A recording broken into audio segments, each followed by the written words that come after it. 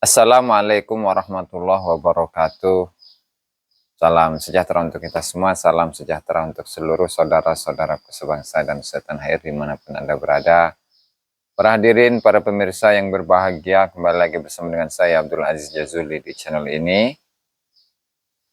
Di saat bangsa Indonesia sedang gigih berjuang melawan kepada Belanda, di sisi lain ada seorang Habib Al-Hamid, tapi tidak disebutkan siapa namanya, itu malah melakukan doa di makam pahlawan Belanda. Pahlawan Belanda ya, artinya ketika menurut Belanda itu mereka dikatakan pahlawan, maka menurut bangsa Indonesia mereka itu disebut sebagai penjajah. Artinya di masa-masa itu di sekitar tahun 1944 sampai 1948, ya, ini ada seorang Habib yang katanya adalah seorang wali kutub yang kemudian tanpa jasa habaib kemerdekaan Indonesia itu tidak bisa dicapai. Namun faktanya, ini seperti yang dilansir di dalam website dutaislam.or.id dengan judul kontroversi Habib Al-Hamid yang berdoa di makam pahlawan Belanda, ya. Dimuat pada tanggal 13 Oktober 2024. Ya, seorang Habib berdoa di makam pahlawan Belanda. Nih, nah ini jelas ini. Fotonya, foto seorang Habib, di depannya ada mikrofon, kemudian di belakangnya itu adalah para pejabat-pejabat Belanda, ya, lebih kepada pejabat militer Belanda. Oke, kita bacakan ya, dutaislam.or.id. Periode perjuangan kemerdekaan Indonesia diwarnai oleh berbagai peristiwa heroik yang penuh pengorbanan. Di tengah gejolak perang dan semangat perlawanan melawan kolonial Belanda, muncul sebuah kisah yang mengundang kontroversi hingga hari ini. Seorang tokoh agama, Habib Al-Hamid Ba'alawi, dikisahkan pernah berdoa di makam pahlawan Belanda di Kembang Kuning, Surabaya, sekitar tahun 1944-1948, di mana peristiwa tersebut juga dihadiri oleh Jenderal Spoor, seorang petinggi militer Belanda. Pada masa itu, bangsa Indonesia tengah dalam puncak perjuangannya mempertahankan kemerdekaan dari kekuatan kolonial yang ingin merebut kembali kendali atas Nusantara. Kisah ini menimbulkan pertanyaan besar, mengapa seorang ulama, tokoh yang dihormati dalam komunitas muslim, justru hadir dan berdoa di makam para pahlawan Belanda, penjajah yang sedang dihadapi oleh para pejuang kemerdekaan Indonesia. Nah, tentu ini menjadi satu tanda tanya besar, bagaimana bisa seorang Habib, seorang tokoh ulama, yang katanya mencetak para ulama, mencetak para kiai, kemudian dengan jasa para Habib ini, kemerdekaan Indonesia itu bisa dicapai, bahkan tanpa jasanya para habaib, Indonesia itu tidak akan bisa merdeka. Namun faktanya seperti itu. Ya, faktanya seperti ini, bahwa Habib ini bukannya malah bukannya berjuang bersama para pejuang, para tokoh-tokoh pejuang kemerdekaan Indonesia, bersama dengan para pejuang-pejuang bangsa Indonesia, ya. Tapi ini malah sebaliknya, ia malah bermesraan dengan para penjajah kolonial Belanda. Sehingga ini menjadi tanda tanya yang begitu besar. Sehingga mana buktinya bahwa para habaib, tanpa jasa para habaib, Indonesia ini tidak bisa merdeka. Ya, tanpa habaib, masyarakat di Nusantara ini sampai sekarang mungkin masih akan menyembah pohon, menyembah batu. Nah, sementara faktanya seperti ini nih. Oke.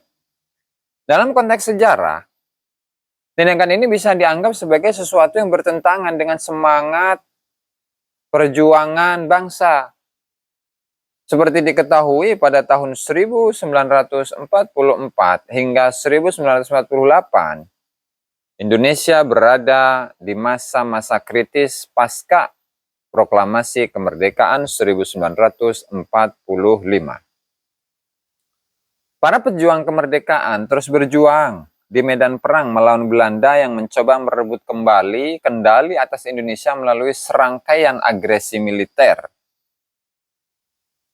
Salah satu tokoh penting di pihak Belanda masa itu adalah Jenderal Simon Hendrik Spoor, seorang komandan militer yang terlibat dalam operasi militer di Indonesia.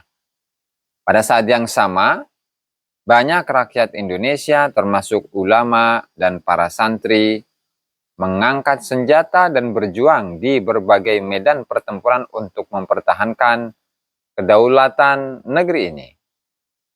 Munculnya Habib Al-Hamid yang memanjatkan doa di makam pahlawan Belanda jelas menjadi kejutan kita semua, terutama para pejuang yang saat itu menganggap Belanda sebagai musuh utama. Namun, apakah tindakan ini merupakan bentuk dukungan terhadap penjajah? Atau mungkin ada strategi di baliknya? Bagaimana tanggapan Anda? Ini tentu tidak ada bedanya. Tidak ada perbedaan dengan yang dilakukan oleh Habib Utsman bin Yahya ketika Utsman bin Yahya itu mendoakan kepada Ratu Wilhelmina agar selalu diberi kesehatan, kemudian mendoakan kepada Belanda agar Belanda itu kekal abadi menjajah Nusantara. Kalau itu memang bisa dikatakan sebagai sebuah strategi. Strategi yang model apa? Sementara Utsman bin Yahya itu sendiri, ya, setiap bulannya mendapatkan gaji dari Belanda sebanyak 100 gulden. Dan juga penerusnya yang diantaranya ini Habib Al-Hamid. Itu pun juga mendoakan kepada para pahlawan Belanda. Tentu jika ini dikatakan sebagai sebuah strategi, lalu hasilnya apa? Hasil dari pelaksanaan terhadap strategi tersebut, itu apa hasilnya? Yang namanya strategi, pasti itu kan ada hasil.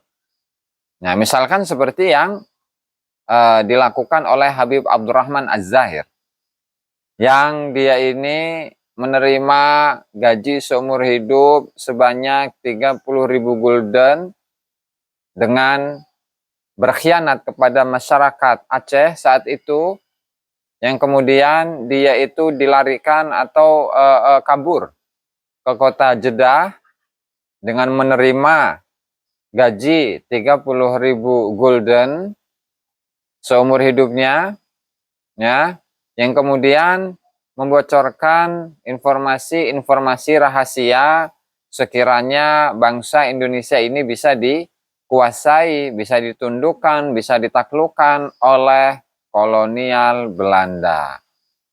Nah, tentu dari tiga tokoh ini ya, Habib Utsman bin Yahya, Abdurrahman Az-Zahir, kemudian Habib Al-Hamid ini sudah membuktikan kepada kita semua akan bagaimana pergerakan-pergerakan yang mereka lakukan saat itu.